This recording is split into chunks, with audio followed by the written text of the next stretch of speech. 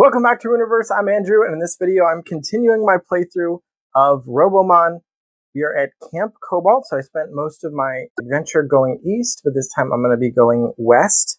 If I counted correctly, there are 4 maps to go. However, the campaign is going to be ending sooner than I could probably get all those up, so I'm going to try to combine 2 maps into one episode, and then the same for the next episode.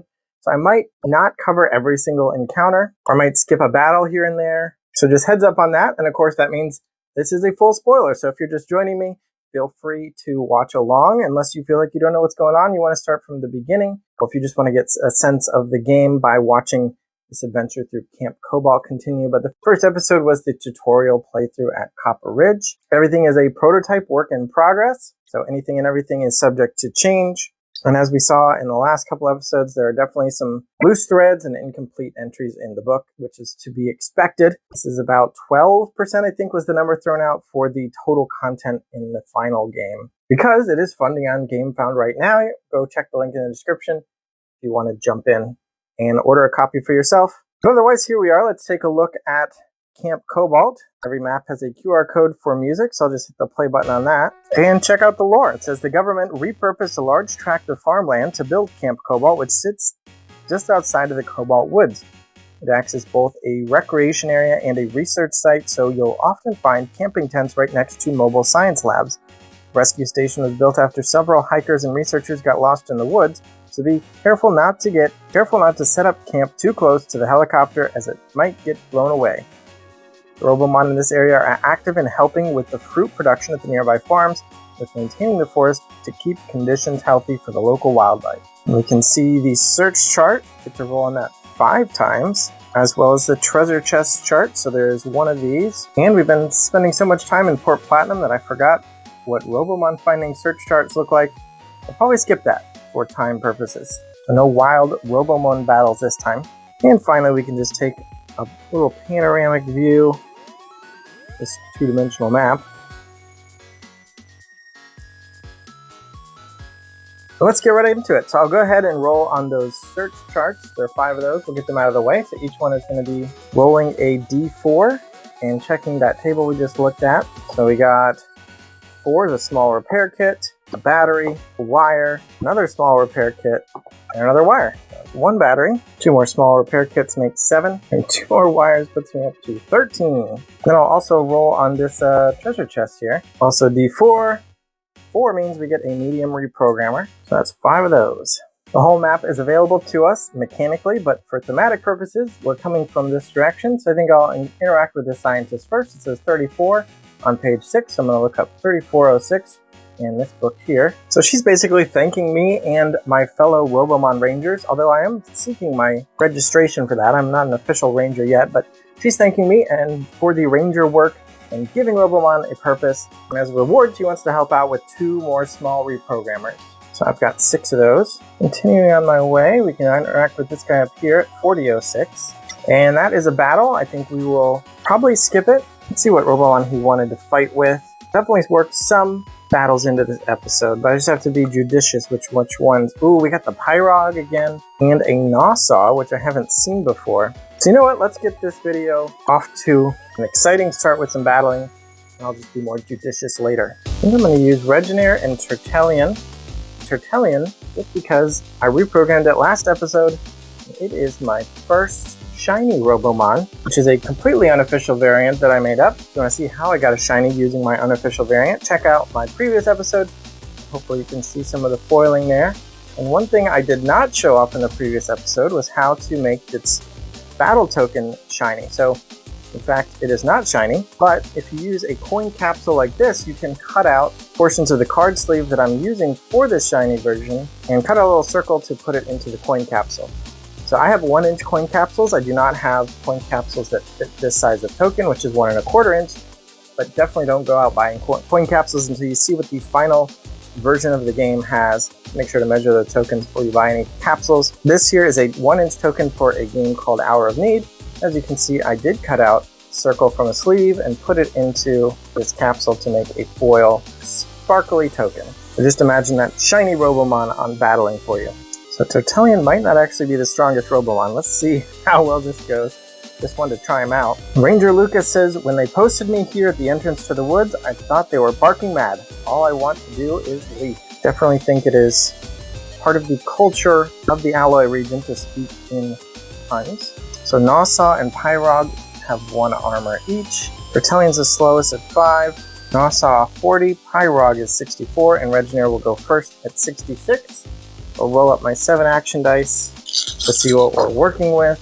A little bit of movement. Fortunately, Regener can move on its own using Tailspin. It is an air type, so it can make an air special attack, which is strong against fire and against nature. So if we use fan attack against either of them, we'll have advantage. It only has a range of 3. I might not rush in. Let's use Tailspin for 3 spaces and give it 1 movement for another 3 and leave it at that. So we still have the action token available and a movement die for Tertullian. I just don't want to rush in too deep. Let's see what Pyrog wants to do by rolling this d4. We've got a 2, which means it's going to want to target our slowest speed RoboMon with a kick, which is a range 3 for 3 damage. Our slowest speed RoboMon is definitely Tertullian. I don't think it's going to be able to get in range 3 with 5 movement. 5 movement is just going to be 1, 2, 3, 4, 5. Although it's not going to be able to reach Tertullian, so it'll target Regener instead, which means I think it will it'll only move as far as it needs to.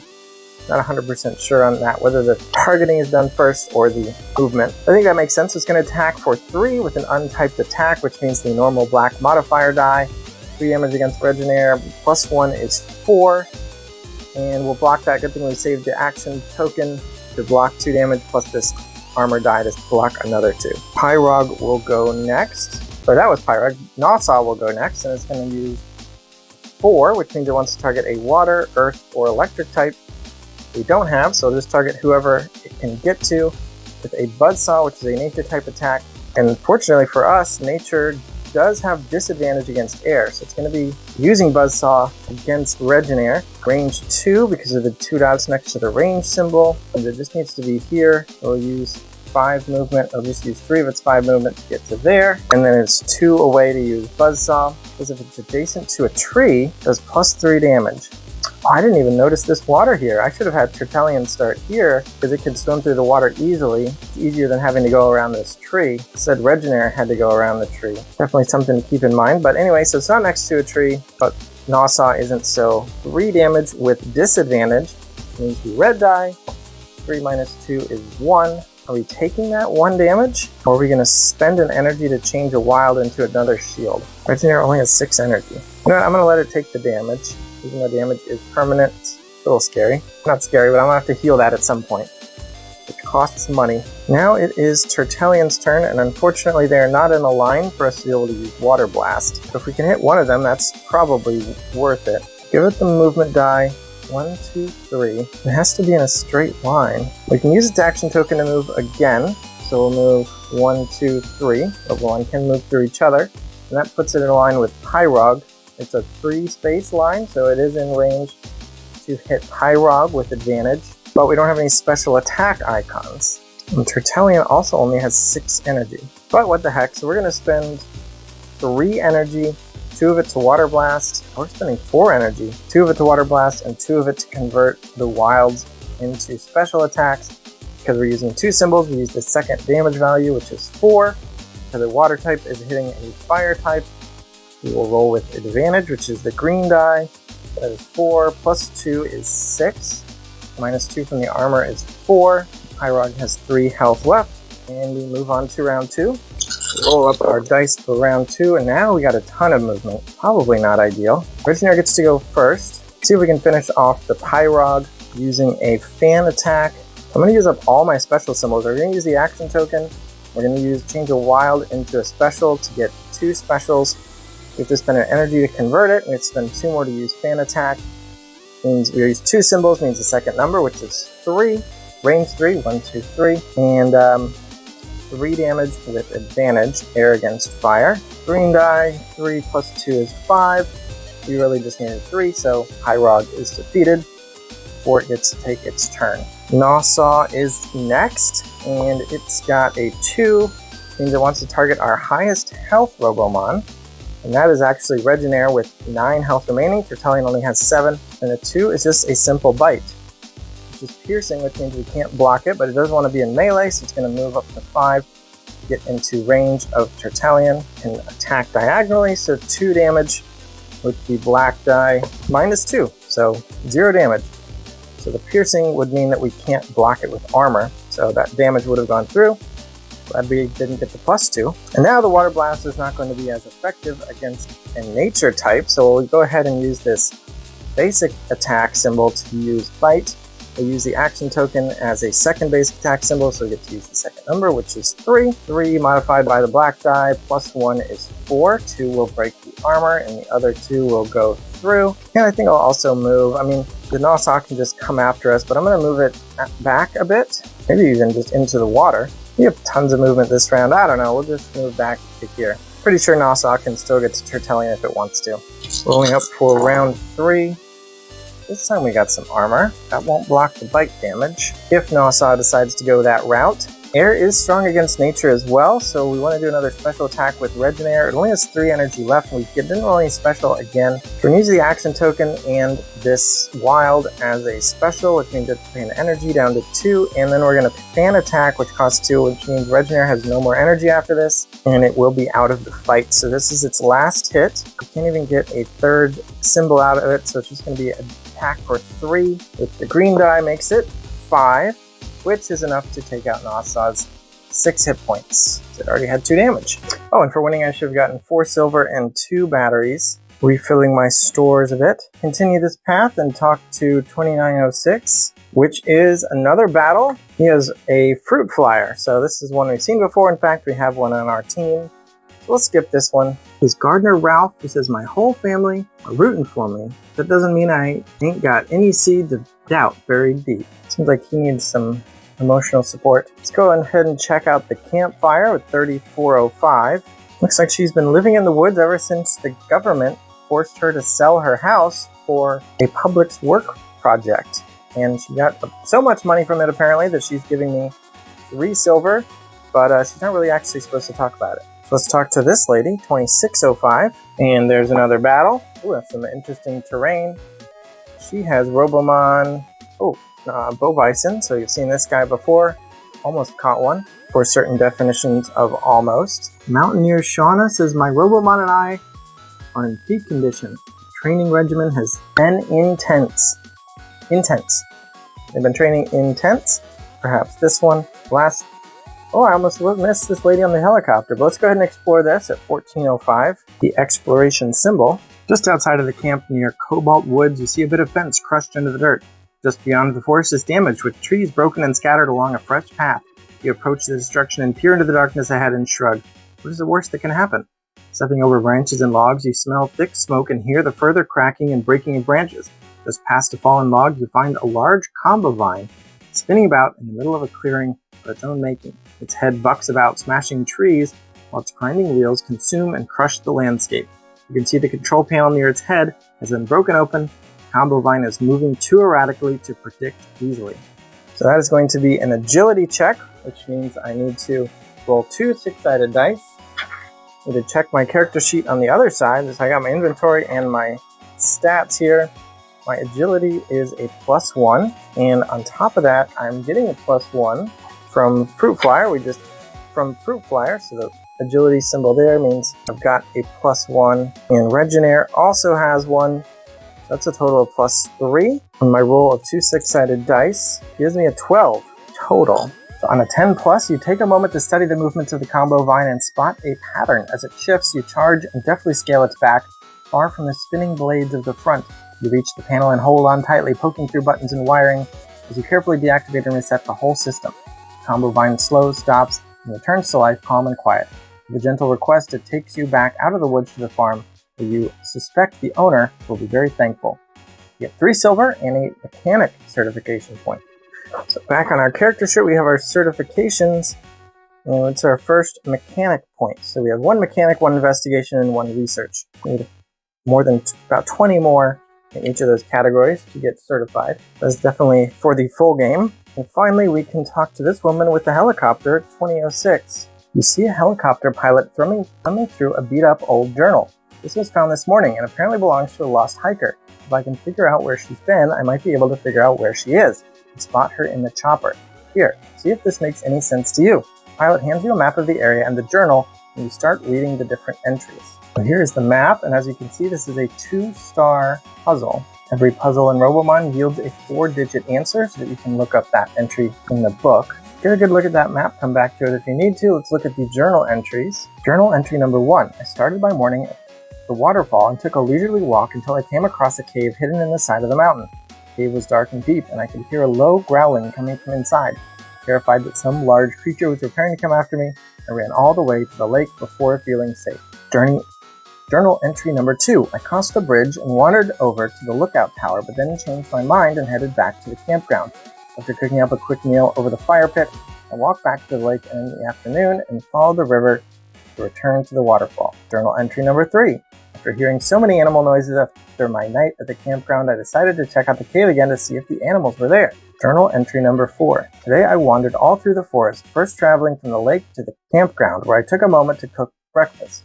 Then I headed to the waterfall to do some bird watching and followed several birds all the way to the cave. After a while, I headed back to the lake to enjoy an afternoon swim before the sun went down. Reread those if you need to. Here's the map again. I'm going to formulate my answer if I can think of one and flip to that without revealing it to you. So take your time. Alright, I was able to figure out this answer here. It says, as you retrace the hiker's steps, you circle the area on the map where she likely is. Pilot examines it for a moment before saying, I think you're right, jumping into the helicopter. I'll have her back in time for dinner, he says. And 1 search and rescue certification point. And I keep finding new things. I'm in such a rush to move on. We've got this farmer over here, 1905. So he is in charge of these combo vines who are aerating the field. But one of them is slowing them down. It needs a sensor. And he's going to give me card 2 from the adventure deck, which I'm suspecting is going to be a quest. So let's see here. It says find a sensor for the farmer at Camp Cobalt. And I actually have 2 sensors, so I can give him one. I think that means I'll go to 1904. Let's mark off a sensor. Looks like 1904 doesn't exist.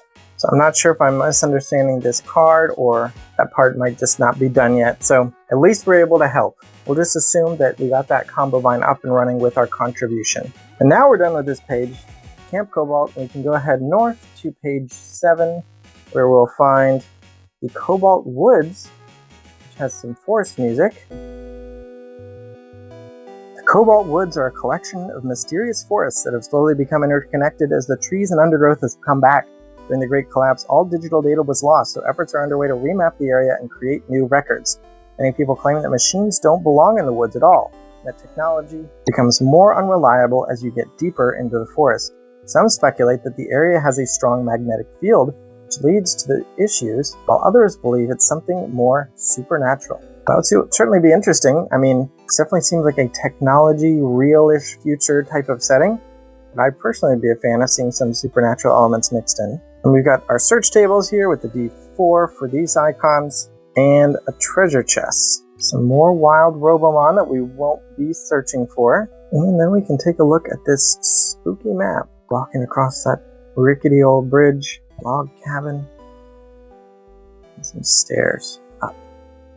So let's do our searches again. There's actually only one of the magnifying glass, and then 1 treasure chest. So for the first one, we get a 3 as a wire, and for the treasure chest, we get a 2, which is a small reprogrammer. 7 small reprogrammers, and 14 wires. And then let's go ahead and explore this exploration symbol, 1807. So someone is in trouble. They're surrounded by tide alligators that are gnashing their teeth at him, but they're not climbing up to get him. He's up on higher ground, but he does need help escaping from them. I'm a little confused why tide alligators are. I thought RoboMon were programmed not to hurt people, but just to help ecologically, but I guess I'm not sure on all the rules on that. And he's going to need some help, which is going to call for another agility check, which, as we just established a few minutes ago, means I get to roll 2d6 with a +3 with the help of Fruit Flyer and Regenair. And this time I got a 14, so even better. It's definitely in the 10 plus category, which means I'm able to help him deftly. He reprograms all the tide alligators, and he gives me a large repair kit. I've earned another search and rescue certification. We'll continue up the path this way to this punk-looking guy, Mohawk 2007, and that would be a battle. Cool spooky forest map. Let's see what he's working with. He has RoboMon, an Aquadile, and a Treadle. I don't think I battled an Aquadile. I forget what Waverly had, but I think he had the Tidalligator.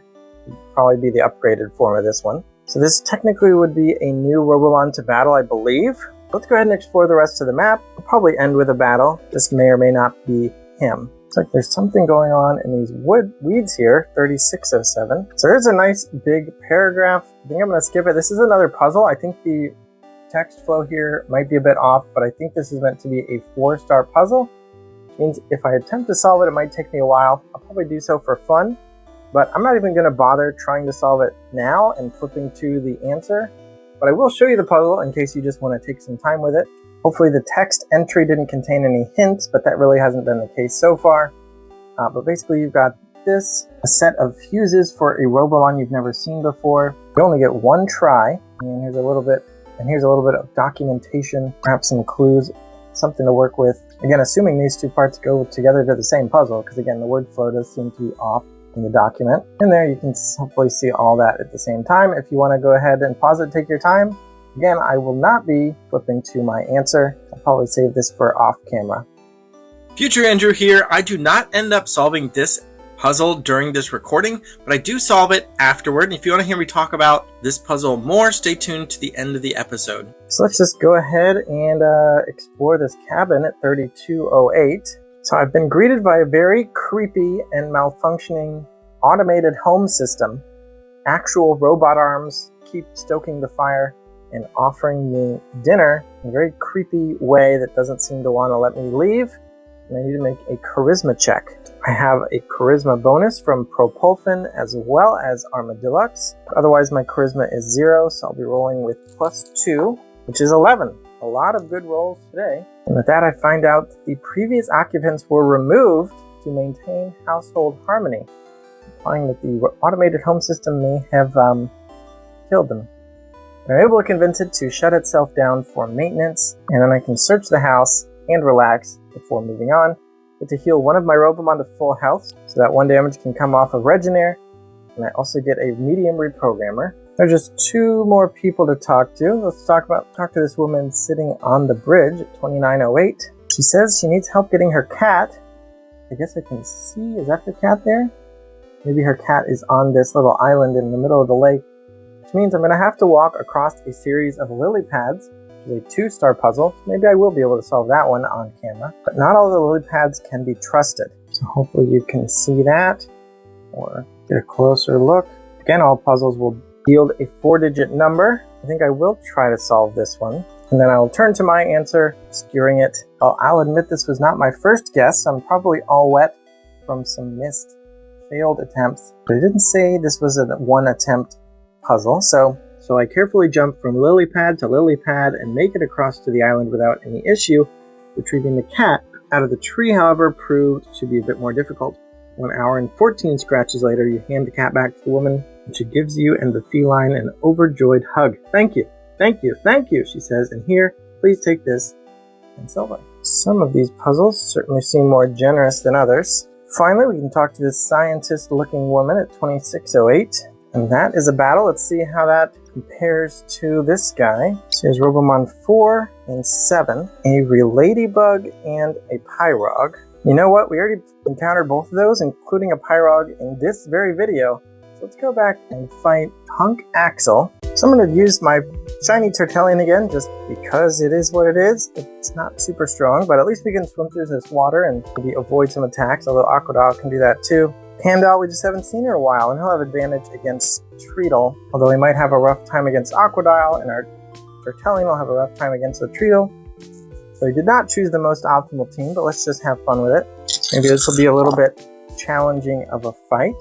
So we will see. Gave them their armor already, so do the speeds. We have 50, 45, 28, and 5. Didn't roll any special attacks. We're not really going to be able to do a fireball with Pandal. I wonder if it's worth moving all the way up to make a big slam. I think I will, just because it's funny. So I'm going to give him both movement dice to move his movement of 3 twice. 1, 2, 3, 4, 5, 6.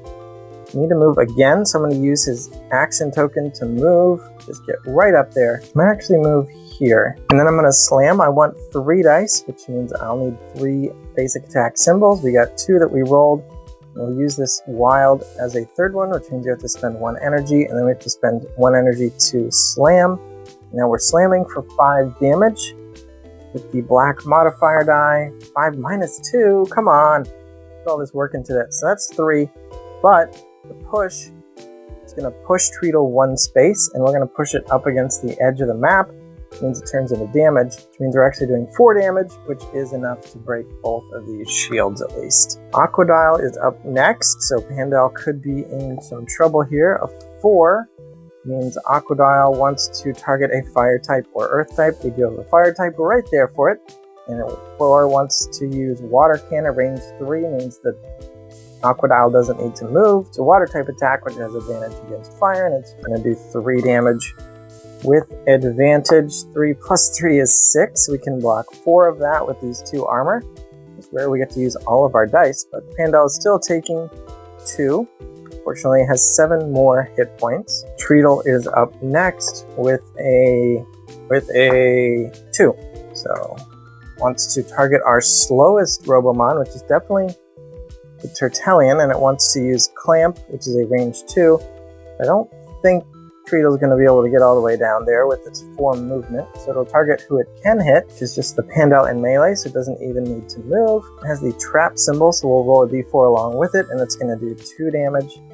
A basic attack, so 2 minus 1 is 1, so at the very least we got that going for us, and we did not roll a 1 on the d4, which means Pandal is not trapped by that clamp attack. Then Tertullian can go, but we have no dice or anything, so all it can do is use its action token to move, its movement of 3.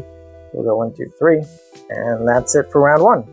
Pandal is up in the melee. It's a lot of armor. Let's see.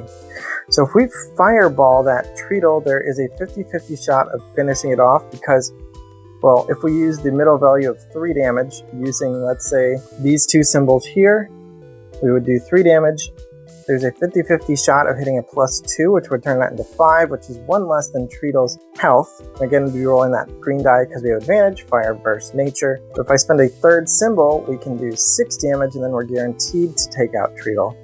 So I think I will do that. That means I need to use the action token as well as a wild, which costs an energy to convert into special attack, and then all 3 of these dice will do the 3rd damage value of 6. With the green die, doesn't even matter, but 6 doubled is 12, and we roll again on a crit for 14 damage to Treatle with 6 health. That was 8 extra damage, but now it is Aquadial's turn. I could move away or something, but let's see. If we move back, if we use this to move Pandal back, then Aquadial decides to use Water Can against his range 3. 1, 2, 3. It might move 1 space forward. Then Tertullian still won't be able to hit it with a Water Blast. It would be in range for Tertullian to use Protect on Pandal. Maybe I will use this movement to move it 1, 2, 3 backward before we move on to Aquadial. And it got a 1, which means it wants to target our highest speed RoboMon, which is Pandal, with a Bite, which is a melee attack, so it's going to move 4 spaces. 1, 2, 3, 4. We actually lured the Aquadial forward, which means Tertullian doesn't have to move as far, so that's nice. A Bite is just 1 damage. I'm pretty sure we'll be able to block that with our 4 armor dice, but we don't need to because 1 minus 1 is 0. And then Tertullian can either use its token to either move or attack, but it can't attack from where it's standing, so moving makes the only sense, but I think we'll just use Protect. So this bottom ability does cost 1 energy, 1 symbol, which we use from the token, and range 3. Range 2, Pandal gets 1 armor token. We actually have a bit of extra safety going into this next round here. So we're not going to Fireball the Aquadial, so let's just have Pandal use Slam. I'm going to use this basic attack symbol and its token to do the 2nd value, which is 3. Too bad we have no way to get a 3rd symbol, so it's just going to be 3. Minus 2, come on, 1 damage. Aquadial has 6 health remaining, and on its turn, should I move Pandal? Yeah, you know what, I think I will also move Pandal back 3 more so that Tertullian becomes the closest. So now let's see what Aquadal wants to do. Although if it wants to go for a fire RoboMon, we won't really be able to stop it. But on a 1, it's just fastest. RoboMon again, going to be a bite, 4 movement, 1, 2, 3. But directly next to Tertullian, which is not bad for us. And 1 damage with the black modifier die becomes 3, which means we can spend this die to block the first 2 and then save this armor because it only gets broken by even amounts of damage, I think. And then Tertullian, we can actually do a nice water blast now. So we're going to spend 2 energy to do a water blast. It's in a line, so that's nice. And we'll use 2 symbols, the token and this die. That's going to be 4 damage with the black die. Plus 1 is 5. So that's a nice chunk of damage that Aquadal finally took. It still has 1 health left. I just realized Aquadal was supposed to be here. So it should have had that armor, and it wouldn't have taken that 1 damage from Pandal's slam, so it actually has 2 health left. Let's go ahead and roll up. See, Pandal might still be able to finish it off. Oh yeah, 3 basic attack symbols. And we can just go ahead and use that nice big slam attack. 3 dice, 5 damage. No way this can mess up, right? 5 minus 1 is 4. Still puts it up to 9 damage. Aquadal is defeated. Oh, it would have 2 less from Tertullian's attack from the armor, but then we did 2 extra damage just now anyway, so we actually just barely did Exacxes. But now Pandal has 3 damage on it. We get us 2 silver and a small repair kit for winning, up to 8. You know what? Let's just use it. Keep Pandal at full health. And I forgot to read, Punk Axel says, if a tree falls in a forest and nobody's around to hear it, why should I care? Very disappointed. Punk Axel is sticking it to the man by not making a pun. That will finish out the map, so next time we'll go north up to page 10, the Slurry Step at the Zirconia Casino, as well as whatever comes next. That will be the finale, that will be the end of the demo, that will be all the content in this prototype. So stay tuned for that one. Check out the project on GameFound. Thanks for watching. Subscribe so we can get more subscribers, and bye. Future Andrew here again, talking more about this puzzle 3607.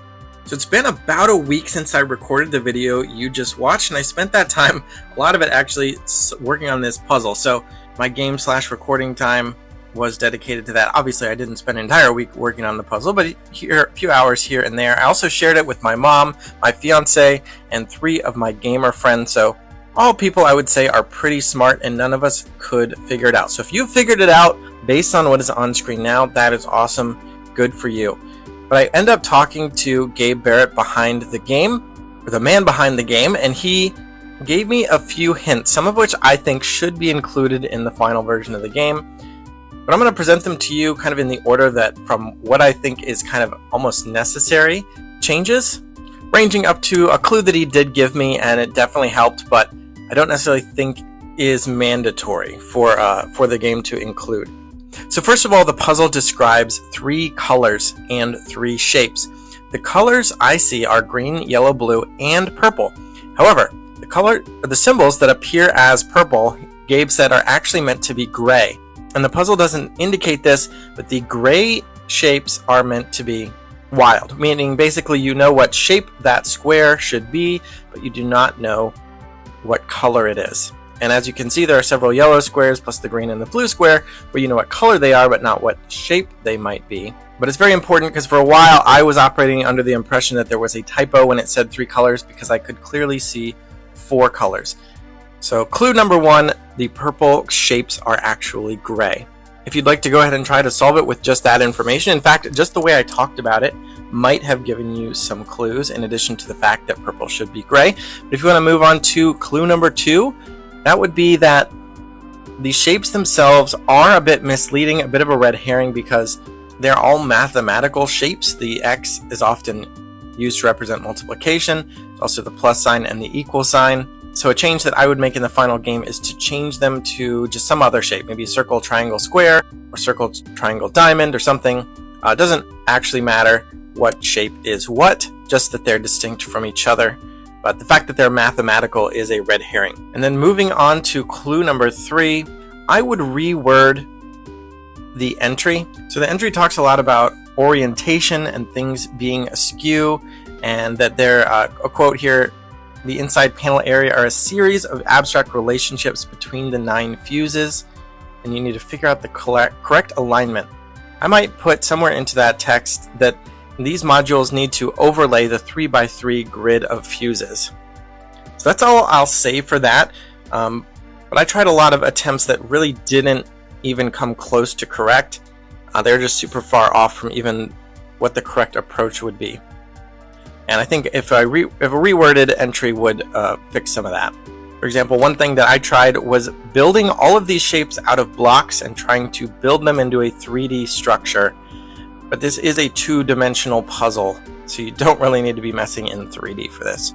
And the final clue, if you haven't gotten it and you want to make your attempt, it may be a bit in vain, honestly, because who knows if this will be the final iteration of the puzzle, and I'm not going to be revealing the answer. So if you do spend a bunch of time trying to solve it, you might not even get the satisfaction of knowing you are correct. But at least for me, once I figured out the approach and I solved it, I knew I had it before I looked up the answer. I was pretty confident.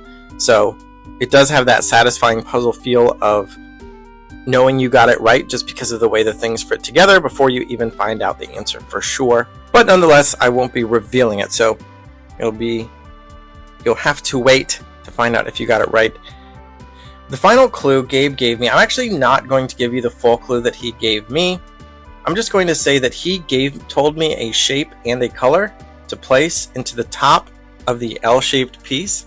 And depending on which approach I had been using or which approach you are using, just the fact that you know that adding a new colored shape into a particular space is helpful could be the key there. So I'm just going to say that, and I'll let Gabe decide what he wants the final version of the puzzle to look like.